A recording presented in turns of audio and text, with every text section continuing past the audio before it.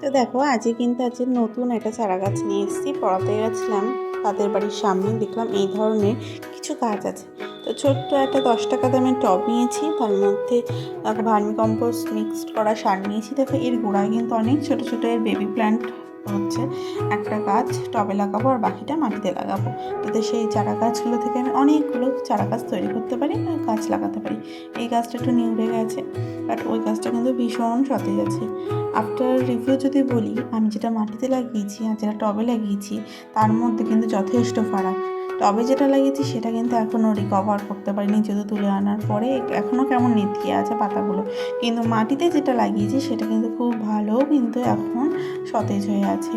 তো গাছটা দেখো আমি কিন্তু ভালো মতো লাগিয়ে নিচ্ছি। কিছু পাতা একটুখানি নষ্ট ছিল, সেগুলো কাটিং করে দিয়েছি কাঁচি দিয়ে। এবার জল দেওয়ার পালা, জল দিয়ে দেবো সুন্দর করে। এবার ভিডিওটা ভালো লাগলে অবশ্যই লাইক করো। গাছটা যদি চিনে থাকো কমেন্টে জানিও।